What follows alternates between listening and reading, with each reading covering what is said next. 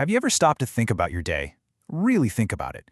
It turns out more than 40% of the things you do aren't actual conscious decisions, they're habits.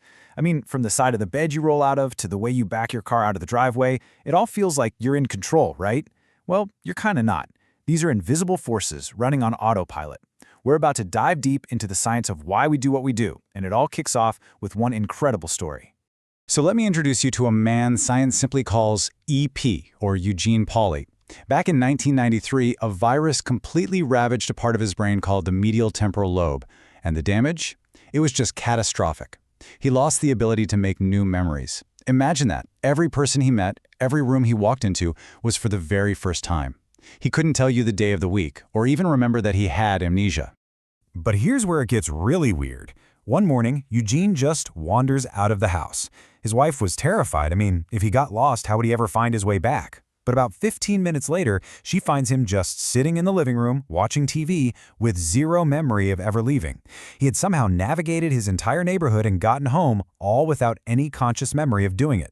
And that is the absolute core question, isn't it? How on earth could Eugene build a new routine, like walking around the block, when he couldn't even remember doing it a few minutes ago? How is his brain learning something new? Well, to understand the man without memory, we have to look deep inside his brain for the answer. See, that virus hadn't touched this, ancient part of the brain called the basal ganglia. And that's when scientists had their big aha moment.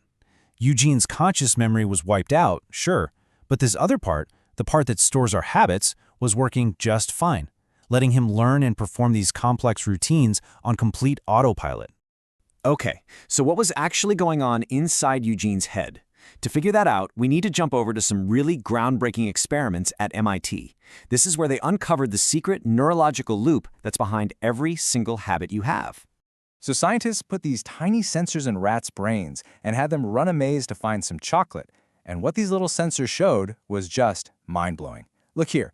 On the first run, the rat's brain is lit up like a Christmas tree, working so hard, analyzing everything. But as that route becomes a habit, brain activity just plummets. The brain is literally outsourcing the work to save energy. It's converting a bunch of actions into one automatic routine. They call this process chunking. And this whole amazing process of chunking happens in a super simple three-step loop. Scientists call it the habit loop. And it is the engine that drives everything we do automatically, from brushing our teeth to reaching for a snack when we're bored. It's so simple. Here's how it works. First, you've got a cue. That's the trigger that tells your brain to go into autopilot and which habit to use. Then there's the routine. That's the behavior itself. And finally, you got a reward. That's the little prize at the end that tells your brain, hey, that was good. Let's remember this loop for later. And over time, this loop gets so strong that the cue and the reward start to create a real powerful craving. Now, this little loop is not just some theory from a lab. It's the secret behind one of the biggest marketing triumphs in history. Because once you understand this loop, you can actually start to engineer habits on a massive scale. Get this. At the turn of the 20th century, bad teeth were such a huge problem in the US that it was actually considered a national security risk. Almost nobody brushed their teeth. I mean, can you even imagine? Trying to sell toothpaste back then was basically financial suicide because, well, who's going to buy it? And then this advertising genius named Claude Hopkins comes along.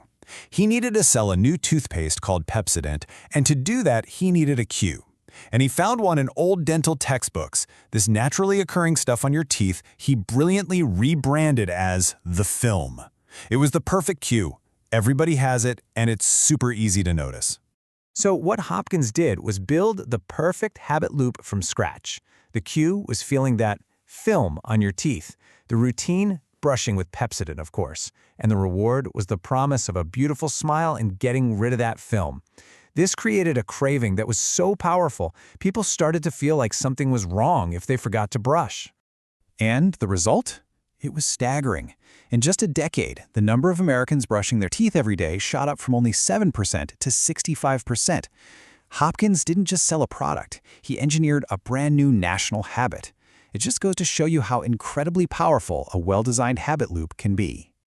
Okay, so this power, it's not just for big companies trying to sell you stuff. We can actually use these same ideas to completely transform our own lives, and often, it all starts by focusing on just one single change.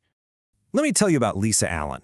In her early 30s, she was deep in debt, overweight, and fresh off a painful divorce. Then, on a trip to Cairo, she has this moment of clarity and decides she's going to change one thing. She was going to quit smoking so she could be healthy enough to trek through the desert. That one decision, quitting smoking, was what scientists call a keystone habit. It was the one core change that set off this incredible chain reaction in her life. See, she replaced smoking with jogging, and that changed how she ate, how she worked, how she slept, how she saved money. It was like it taught her how to reprogram all the other routines in her life, leading to this unbelievable transformation you see here. An Army major once said, understanding how habits work is like being handed a flashlight and a crowbar. Suddenly, you have the tools to see what's going on under the surface and the power to actually pry things open and start making changes. Once you understand that simple loop of cue, routine, and reward, you can start to reshape the automatic behaviors that really define who you are. So that leaves you with a question, doesn't it? If you had that flashlight and that crowbar, what's the first habit you'd start working on?